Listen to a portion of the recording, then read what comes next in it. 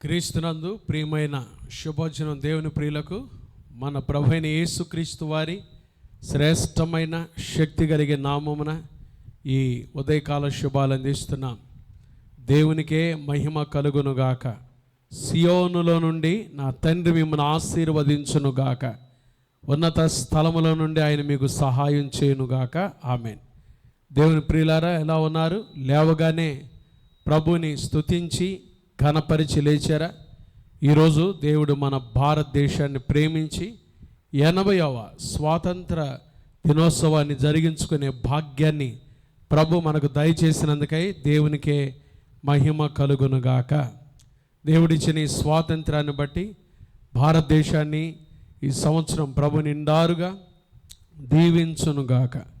ఇప్పుడు అభివృద్ధి చెందుతున్న దేశాల్లో ఒక అగ్రగామిగా దేవుడు భారతదేశాన్ని నిలబెట్టాడు.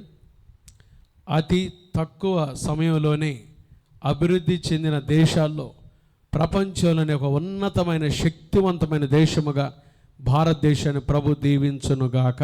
ఆమేన్. ఈ స్వాతంత్ర దినోత్సవాన్ని బట్టి దేవునికి స్తోత్రాలు. ప్రభు మన దేశానికి ఇచ్చిన ఈ స్వాతంత్ర దినోత్సవం ఎంత గొప్పదండి. భారతదేశాన్ని గురించి ఎంత చెప్పినా తక్కువే. ఏ దేశం ఎగినా, ఎందుకు కాలిడినా, ఏ పీఠం ఎక్కినా, ఎవ్వరేమనినా పొగడరా నీ జాతి భూమి భారతిని, నిలుపరా నీ జాతి నిండు గౌరవం కదండి. భారతదేశం యొక్క గౌరవాన్ని మనం నిలబెట్టాలి. దేశమంటే మట్టి కాదోయ్, దేశమంటే మనుషులై. గొప్పదండి భారతదేశం. భిన్నత్వంలో ఏకత్వం కలిగిన దేశం. రకరకాలైన సంస్కృతులు, సాంప్రదాయాలు, భాషలు, జాతులు, ప్రజల మధ్యలో విభిన్నమైనటువంటి సంస్కృతుల మధ్యలో భిన్నత్వంలో ఏకత్వం కలిగిన గొప్ప దేశాన్ని దేవుడు మనకిచ్చినందుకై దేవునికి మహిమ కలుగునుగాక. ఈ స్వాతంత్ర దినోత్సవం నాడు దేవుడు భారతదేశ స్వాతంత్రం కోసం పోరాడి ప్రాణాలు పెట్టిన మన యొక్క భారతదేశ స్వాతంత్ర సమరయోధులందరినీ జ్ఞాపకం చేసుకొని వారి త్యాగాన్ని కూడా కొనియాడటం ఎంతైనా గొప్ప విషయం కదండి. భారతదేశానికి 3 రంగుల జెండా పింగళ వెంకయ్య గారి ద్వారా ఆ జెండా మనకి ఇవ్వబడింది. మొదటి రంగు కాషాయ రంగు. కాషాయ రంగు సాక్రిఫైస్. భారతదేశం కోసం ఎంతమంది మరి ప్రాణాలు పణంగా పెట్టి కదండి త్యాగ బుద్ధితో వారు చేసిన ఆ పోరాటాన్ని బట్టి దేవుడు భారతదేశానికి ఈ గొప్ప స్వాతంత్రాన్ని ఇచ్చాడు. కాబట్టి we should remember all the freedom fighters కదండి. వారు చేసిన త్యాగాన్ని బట్టి, నిస్వార్థమైన పోరాటాన్ని బట్టి దేవునికి కృతజ్ఞతాస్తుతులు చెల్లించాలి. రెండవది తెలుపు. తెలుపు రంగు పరిశుద్ధతకు సాదృశ్యం.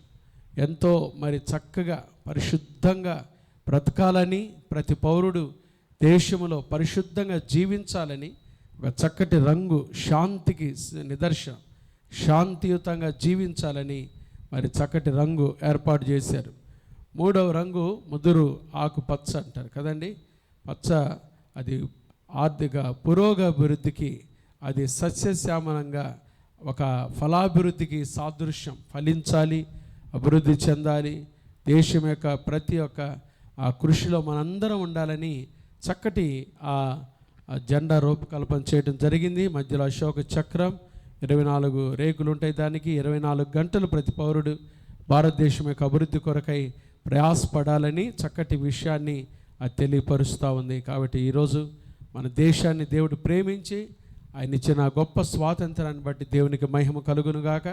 మన దేశం అంతటా జరుగుతున్న స్వాతంత్ర దినోత్సవ వేడుకల కొరకై ప్రార్థన చేద్దాం. దేవుడు ఆశీర్వదించి భారతదేశాన్ని మిక్కిలి దీవించినట్లుగా ప్రార్థనలో జ్ఞాపకం చేసుకుందాం. ఈరోజు అపోస్తలుడైన పౌలు గలతీయులకు రాసిన పత్రిక 5వ అధ్యాయము 1వ వచనం చదువుకుందాం. ఈ స్వాతంత్రం అనుగ్రహించి క్రీస్తు మనలను స్వతంత్రులనుగా చేసి ఉన్నాడు.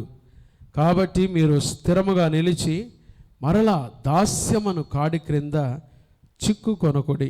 చాలా ప్రాముఖ్యమైన గొప్ప విషయం అండి. ఈ స్వాతంత్రం అనుగ్రహించి యేసుక్రీస్తు ప్రభుని ఎప్పుడైతే మన సొంత రక్షకునిగా అంగీకరించామో ప్రభు మనకు ఒక స్వాతంత్రాన్ని దయచేశాడండి. స్వతంత్రంగా జీవించాలి. ప్రభు కోరిక అదే. మనందరం స్వేచ్ఛగా స్వతంత్రంగా బ్రతకాలి, స్వతంత్రంగా జీవించాలి. యేసుక్రీస్తు ప్రభువారు పాపములో, శాపములో, ఎక్కడ పాప దాసత్వంలో చిక్కుకుపోయావో వాటన్నిటి నుంచి నీకు విడుదల దయచేయటం కొరకై యేసు ప్రభువారు ఈ లోకానికి వచ్చారు. యేసుక్రీస్తు ప్రభునందు విశ్వాసం ఉంచినట్లయితే గొప్ప స్వాతంత్రం నీ సొంతమవుతుంది. అది ఆర్థిక స్వాతంత్రం, ఆత్మీయ స్వాతంత్రం, మానసిక స్వాతంత్రం, శారీరక స్వాతంత్రం, ఇవన్నీ నీకు నాకు ఇవ్వటం కొరకై 2026 సంవత్సరాల క్రితం మన ప్రభువైన యేసుక్రీస్తు వారు ఈ లోకానికి వచ్చి ఆయన మన పాపం కొరకై సిలువలో మరణించి సమాధి చేయబడి మరణాన్ని జయించి తిరిగి లేచి ఈ గొప్ప స్వాతంత్రాన్ని ఆయన మనకు దయచేసి ఉన్నాడు. ఇంకా నువ్వు ఎక్కడైనా పాపంలో చిక్కుకొని ఉన్నట్లయితే రా, యేసయ్య నిన్ను పిలుస్తున్నాడు. ప్రయాసపడి భారం మోసుకొనుచున్న సమస్త జనులారా నా యొద్దకు రండి, నేను మీకు విశ్రాంతి కలుగ చేస్తానని యేసయ్య పిలుస్తూ ఉండగా ఆయన దగ్గరికి వస్తే ఈ గొప్ప ఆ ఆత్మీయమైన స్వాతంత్రాన్ని ప్రభు నీకు ఇచ్చి నిన్ను పరిపూర్ణంగా విడుదల చేయాలి అని ప్రభు కోరుకుంటా ఉన్నాడు. యేసు ప్రభువారు పరిచర్య చేస్తున్న దినాల్లో ఆయన యెరూషలేములోకి జయప్రవేశమై వెళ్తూ ఉంటే యేసు ప్రభువారు 2 శిష్యులను పిలిచాడండి. బేత్పగే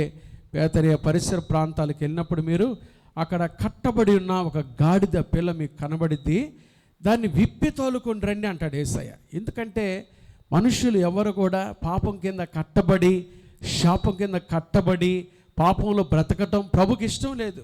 పాపపు కట్లు తెంపివేసి నీకు నాకు విడుదల ఇవ్వటం కొరకే ప్రభువైన యేసుక్రీస్తు వారు ఈ లోకానికి వచ్చారు కదండి.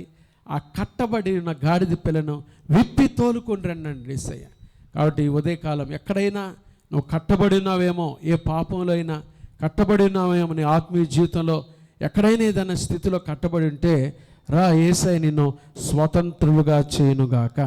యోహాను సువార్తలో కూడా ఈ మాట ఉంటుంది, మీరు సత్యమును గ్రహించెదరు, సత్యం మిమ్మను స్వతంత్రులనుగా చేయను. యేసుక్రీస్తు ప్రభువారే మనకు నిజమైన స్వాతంత్రాన్ని అనుగ్రహించేవాడు.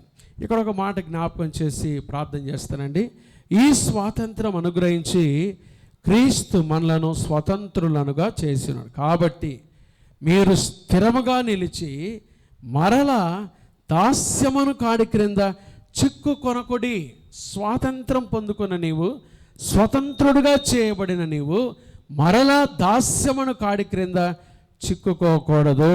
చాలామంది స్వతంత్రులుగా చేయబడిన తర్వాత కూడా, ప్రభు మనకి స్వాతంత్రం ఇచ్చిన తర్వాత కూడా మరలా దాస్యం అనే కాడి క్రిందకి వెళ్తున్నావేమో, దాస్యం అనే కాడి క్రింద చిక్కుకున్నావేమో, పాపంలో చిక్కుకున్నావేమో, ఏదైనా అపరాధంలో చిక్కుకున్నావేమో, ఏదైనా దురలవాట్లలో చిక్కుకున్నావేమో కదా.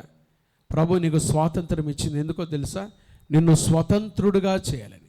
అబ్రహాం లింకన్ గారు అమెరికా దేశ ప్రెసిడెంట్గా ఉన్నప్పుడు ఆ దినాల్లో బానిసలను అమ్మేవాళ్ళంట. వేలం పాటేసి బానిసలను అమ్మేవారు. ఆయన ప్రెసిడెంట్ ఆఫీస్కి వెళ్ళబోతున్న, వైట్ హౌస్కి వెళ్తున్న సమయంలో, కారు వెళ్తున్న సమయంలో బానిసలను అమ్ముతున్నారంట. ఒక చిన్న పిల్లని అమ్ముతూ ఉంటే అబ్రహాం లింకన్ గారు కారులో చూసి గబగబ దిగొచ్చి అమ్మాయికి ఎంత వెల అయితే ఉందో ఆ డబ్బులు ఇచ్చి కొనుక్కున్నాడు అమ్మాయిని. ఇక మీరు అమ్మద్దు, ఈ అమ్మాయి స్వతంత్రాలు అయిపోయింది, నేను కొన్నాను కాబట్టి అమ్మాయి నువ్వు స్వతంత్రాలు అయ్యావు, ఈరోజు నుంచి నేను నిన్ను విడిపించాను, కాబట్టి నువ్వు స్వతంత్రంగా జీవించు, స్వతంత్రంగా బ్రతుకు అన్నాడంట. ఆ అమ్మాయి అటు ఇటు తిరిగి ఎవరి దగ్గరికి వెళ్ళాలో తెలియక, ఎవరైతే తను అమ్మారో అమ్మిన వాళ్ళ దగ్గరికే మరలా వెళ్ళిపోయిందంట. చూడండి, చాలామంది ప్రభు ఆయన మనల్ని స్వతంత్రులుగా చేసి గొప్ప రక్షణ ఇచ్చి, గొప్ప విడుదలిచ్చి, పాపం నుంచి శాపం నుంచి మనల్ని మరలా విడిపించిన తర్వాత కూడా ఇంకా ఎక్కడికి వెళ్ళాలో తెలియక మరలా పాపంలో చిక్కుకుంటున్నావేమో. ఈ ఉదయకాలం నీకు పరిపూర్ణమైన స్వాతంత్రం కలుగు చేయటం కొరకై ప్రభు ఈ మాటల ద్వారా నీతో మాట్లాడుతున్నాడు కదండి. దేమ ప్రభు దగ్గరికి వచ్చాడు, చాలా నమ్మకంగా జీవించాడు, పౌలు పరిచర్లో గొప్ప దాసుడిగా ఎదిగాడైతే బైబిల్లో రాశారు, దేమ ఇహలోకమును స్నేహించి నన్ను విడిచి దశలోనికకు వెళ్ళిపోయాను. మరలా దేమ లోకంలోకి వెళ్ళిపోయాడు, బ్యాక్ స్లైడన్ అయిపోయాడు, లోకంలోకి వెళ్ళిపోయాడు, లోకానుసారమైన జీవితానికి వెళ్ళిపోయాడు. ఈ ఉదయకాలం నా ప్రియమైన దేవుని బిడ్డలారా, అలాంటి పాప సంబంధమైన శాపంలో, మరలా దాస్యంలో ఒకసారి ప్రభు దగ్గర విడుదల పొంది స్వాతంత్రం పొంది మరలా పాపంలో చిక్కుకుంటే ఇదే మిక్కిలి అనుకోవాల్సిన రండి, ప్రభు ఇచ్చే స్వాతంత్రాన్ని అనుభవించండి, స్వతంత్రులుగా బ్రతకండి. యేసయ్య మిమ్మల్ని దీవిస్తాడు. మనల్ని స్వతంత్రులుగా చేయటం కొరకే యేసు ప్రభువు వెదకి రక్షించాడు. ఎవరి చేతి క్రింద ఎవరి బానిస కింద మనం బతకటానికి వీలేదు కదండి. మరి బ్రిటిష్ వారి చేతి కింద నలిగిపోయిన మనం ఈ స్వాతంత్రాన్ని సంపాదించుకున్నాం. 80వ సంవత్సరం ఈ స్వాతంత్రాన్ని జరుపుకుంటున్నాం. యేసుక్రీస్తు ప్రభు రక్తంలో కడుగుబడిన మనం కూడా తెలుసుకోవాల్సింది, ఎక్కడ దేనికి బానిస కాకుండా, పాపం చేయి ప్రతివాడు పాపానికి బానిస అని బైబిల్ చెప్తుండగా, ప్రతి పాపపు కట్ల నుంచి విడిపించబడి యేసుప్రభు రక్తంలో కడుగబడి యేసుప్రభు ద్వారా స్వతంత్రులుగా చేయబడి పరిశుద్ధమైన జీవితాన్ని జీవిస్తూ నిజమైన స్వాతంత్రాన్ని, ఆత్మీయమైన, మానసికమైన, శారీరకమైన స్వాతంత్రాన్ని నిజముగా అనుభవిస్తూ ప్రభు బిడ్డలంగా సంతోషంగా జీవించుటకు పరిశుద్ధాత్మ దేవుడటి కృప ఈ ఉదయకాలం మనందరికీ దయచేయునుగాక. ఆమేన్. ప్రార్థన చేసుకుందామండి. మహాపరిశుద్ధుడు అయిన మా తండ్రి, దయగల దేవ, ప్రేమా స్వరూపి, మీకు స్తోత్రాలయ్యా. ఈ ఉదయకాలమున పరిశుద్ధమైన మీ సన్నిధిలో తండ్రి, ఈ స్వాతంత్ర దినోత్సవం నాడు శుభోచనంలో మీ మాటలు వినుటకు మాకు ఇచ్చిన అమూల్యమైన అవకాశాన్ని బట్టి స్తోత్రాలు. ఆసక్తితో విన్న బిడ్డలను దీవించండి.